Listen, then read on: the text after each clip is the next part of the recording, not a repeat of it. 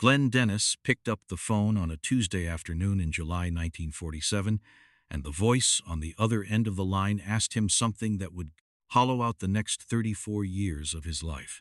The caller wanted to know whether Ballard's funeral home in Roswell, New Mexico, had any hermetically sealed, child-sized caskets in stock. Not adult caskets, child-sized, hermetically sealed. Glenn Dennis, 22 years old, apprentice mortician, told the caller he had 3 in stock. The caller asked a second question. What was the best method for preserving bodies exposed to the elements for several days without disturbing the tissue? He hung up the phone and thought nothing of it. He thought nothing of it for about 4 hours. Then the calls started coming again. Several of the people who heard what Glenn Dennis heard are dead now. Some died young.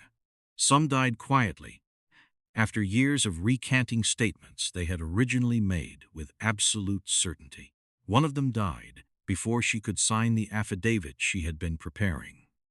These are not coincidences that Glenn Dennis dismissed. These are the details he carried for 34 years before he finally spoke. In June of 1947, something came down in the desert northwest of Roswell, New Mexico.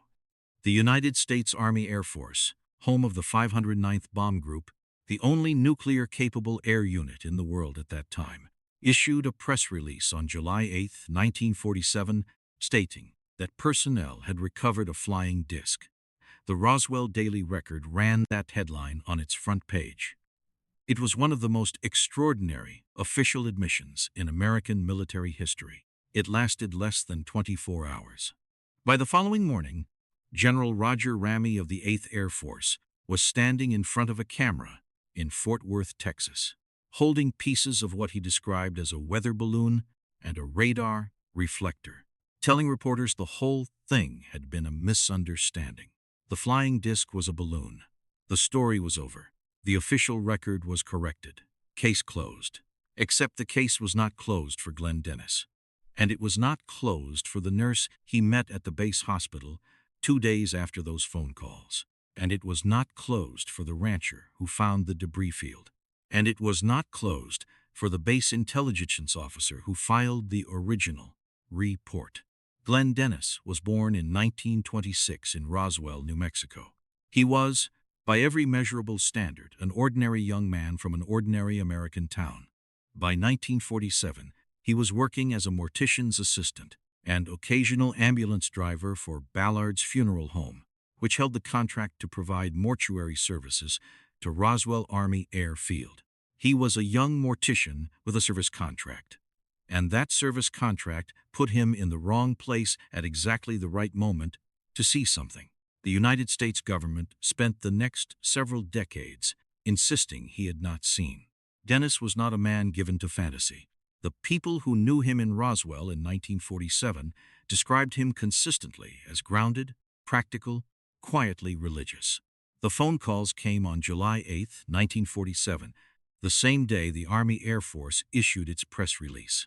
The caller asked about the hermetically sealed caskets. Then a second call came asking the same preservation questions, but with added specificity. A second officer asked whether bodies that had been lying in the sun for several days, possibly contaminated by unknown materials, could be embalmed without destroying tissue samples. There was no paperwork.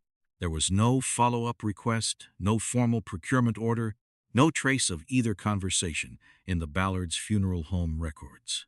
A gap that the home's own ledger makes conspicuous by its blankness. That same evening, Dennis drove a serviceman to the base hospital at Roswell Army Airfield on an unrelated call. But when he arrived, he encountered something that was not routine. Military police he did not recognize, wearing insignia he could not identify, stationed at the entrance to the hospital's back corridor. Medical personnel moving quickly, with the specific kind of controlled urgency different from ordinary emergency movement. And a smell. This is the detail Dennis returned to repeatedly across multiple accounts spanning decades. A smell he described as unlike anything in his professional experience, a sweetish, organic, deeply unpleasant odor. He was escorted out. One MP told him with completely flat effect that he should forget he had ever been there. Another officer told him more explicitly that if he said anything about what he had seen, it would be, and here Dennis quoted this man directly, quote, his ass. He left the hospital. He came back the next morning because he had arranged to meet someone there. A nurse he had been friendly with, a young woman he identified only as Naomi Maria Self. He described her as 25 years old, a first lieutenant, a trained surgical nurse, composed and intelligent, and when he met her in the hospital cafeteria, visibly shaken in a way she was working very hard to conceal. She had been called to assist in what she was told was a preliminary examination of crash victims. She was not told the nature of the crash. The request came through her commanding officer, verbally, with no written order attached. She entered the examination room and found two Army physicians she did not recognize, men who were not regular staff at the base hospital. Already present on the examination tables were bodies. The bodies were small, not child-sized in any ordinary sense, but smaller than any adult human anatomy. The heads were proportionally large relative to the torso. The eyes, she described the eye cavities as large and deep-set. The skin was a grayish color, though she acknowledged this might have been due to decomposition or exposure. The hands had 4 fingers each, with slightly elongated proportions. She noticed the absence of any obvious ear or nasal structure. She told him that the smell in that room was unlike anything she had experienced in her nursing career. The two visiting physicians were themselves struggling with nausea during the examination and had asked her to step out after approximately 20 minutes. She drew him a sketch on a piece of paper, a rough anatomical diagram, and handed it to him across the cafeteria table. She told him not to show it to anyone. Within 2 weeks of that meeting, Naomi Self was gone from Roswell Army Airfield. Dennis inquired through the base's public channels about her reassignment. He was told she had been transferred to a posting in England. He wrote to her at an address she had given him. The letters came back. He attempted to locate her through military directory channels. He found nothing.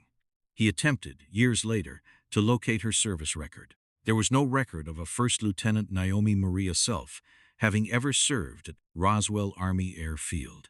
The sketch she had handed him across that cafeteria table is the physical artifact at the center of Glenn Dennis's account. He kept it for 34 years, folded inside a professional mortuary science journal stored in a locked cabinet in his home.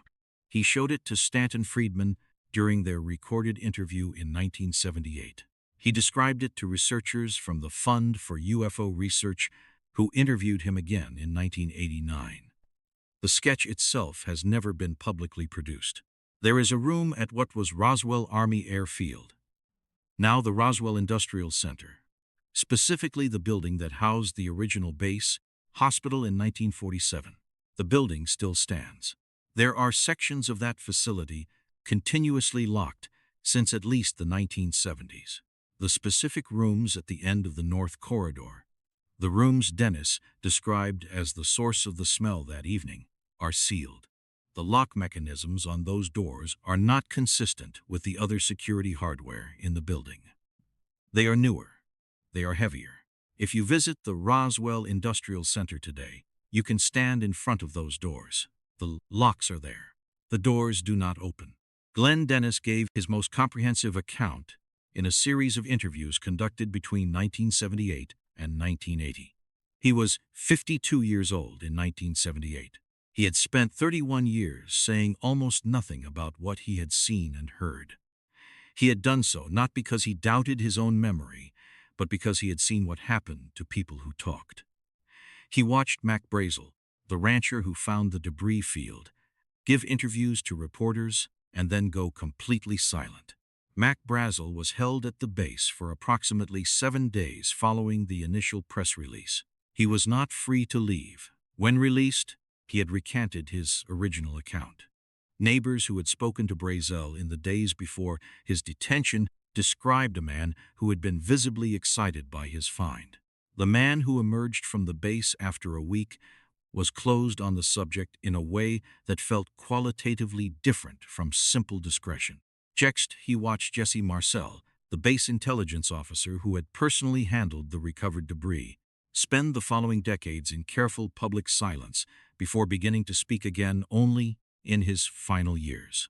Jesse Marcel had a security clearance at the highest level available to his rank, had handled recovered enemy aircraft materials during World War II, and told investigators flatly that the material he personally recovered bore no resemblance to any aircraft component, weather balloon, or radar reflector he had ever seen.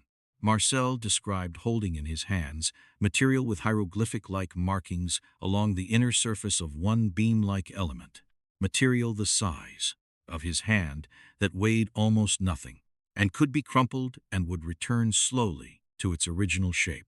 There was a sheriff's deputy, Robert Shirkey, who was present when debris was loaded onto aircraft at Roswell Army Airfield on July 8, 1947. Shirkey described seeing large pieces of material being carried through the base. He described one piece in particular, a structural element approximately 18 inches long, with markings along it that he could not identify as writing in any alphabet he recognized, being carried close enough that Shirkey could have reached out and touched it. In the years between his first interviews and his death, Shirkey was contacted on multiple occasions by individuals who did not identify their affiliation, who asked him to reconsider the specificity of his account. He did not reconsider it. The nurse, Naomi Self, left no death record that investigators have located. She left no service record. She exists in the historical record solely through Glenn Dennis's testimony and one corroborating witness. The pattern of absence. Self's records, the Ballard's phone log, the base hospital intake records for the relevant dates, is not random in its distribution. The gaps cluster precisely around the events of the first and second weeks of July 1947. The Army Air Force itself, in its 1994 report on the Roswell incident, acknowledged that records from Roswell Army Airfield for July 1947 were incomplete. The report attributed this to routine records management practices of the era. What the report did not address was how a base that handled nuclear weapons, the only nuclear-capable air unit in the world, whose operational security was among the most stringent in American military history, would fail to retain documentation of unusual hospital procedures during the same 48-hour window. The 509th Bomb Group kept meticulous records. It kept records of fuel consumption, maintenance schedules, laundry requisitions.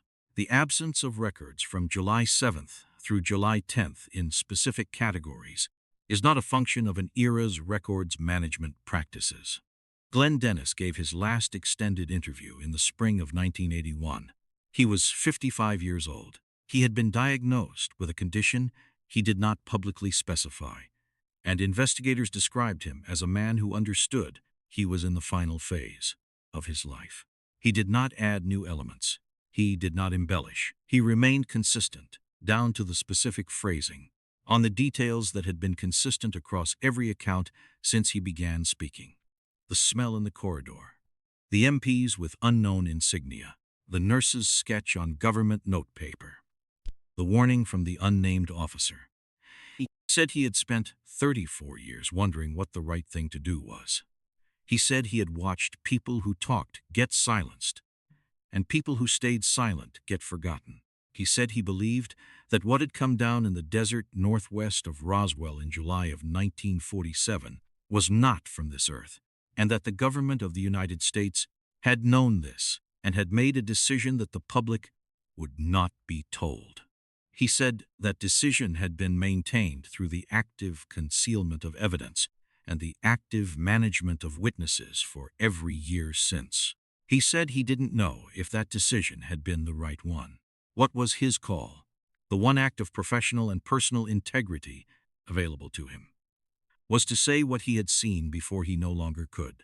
He died later that year in Roswell, New Mexico, the town where he had been born. The record of what he saw has moved through time in the way that suppressed records move, imperfectly, incompletely, in pieces. Stanton Friedman's recordings. The affidavits collected by the International UFO Museum and Research Center in Roswell.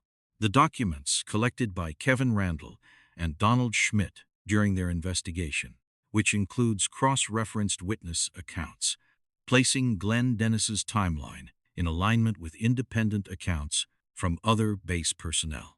What we know, assembled from the pieces that survived, something came down northwest of Roswell in the first days of July 1947. It was recovered by personnel of the 509th Bomb Group. An initial press release identified it as a flying disc. That press release was retracted within 24 hours and replaced with an explanation that multiple credentialed witnesses, including the intelligence officer who handled the recovered material himself, described as inconsistent with what they had personally observed. A Roswell mortician received inquiries about hermetically sealed child-sized caskets on the same day as the press release. He was escorted from the base hospital that evening. A nurse told him what she had seen. That nurse disappeared from the official record. The mortician kept the sketch she gave him. He kept his silence for 30 years. He gave his account to investigators for the last 3 years of his life. He died in 1981. The sealed rooms in the north corridor of the original base hospital building are still sealed. The question that Glenn Dennis spent 34 years carrying is the same question his testimony leaves with everyone who encounters it now. He did not ask us to believe him. What he asked, by speaking, by being specific, by remaining consistent, by saying the same true things until he no longer could, was something simpler and more durable than belief. He asked us to look at what remains, at the gaps in the records, at the sealed doors, at the pattern of deaths and disappearances arranged so precisely around the same 48 hours, in the same New Mexico town in the summer of 1947. He asked us to decide what we think that pattern means. Several people have already died in the effort to answer that question honestly. The investigation into what Glenn witnessed is not a closed files in a government archive somewhere. It is an ongoing act of documentation, carried forward by researchers and archivists and the families of witnesses, sustained by the belief that a record suppressed is not a record destroyed, not if enough people refuse to stop looking. The question Glenn Dennis left in 1981 is still waiting for an answer. The sealed rooms in Roswell are still sealed. The records are still missing. The sketch is still somewhere in someone's possession in a locked space, waiting. What are you going to do with what you now know? If you believe, as Glenn Dennis believed, that the truth has a better chance of surviving when more people are carrying pieces of it, then the most basic act available to you is to stay in this investigation. More of what these witnesses said, more of what was seen, more of what was covered, more of what was carried in silence for decades before finally finding words, is part of an ongoing record. The people who kept that record alive did so because they believed someone on the other end would eventually be listening. You are listening now.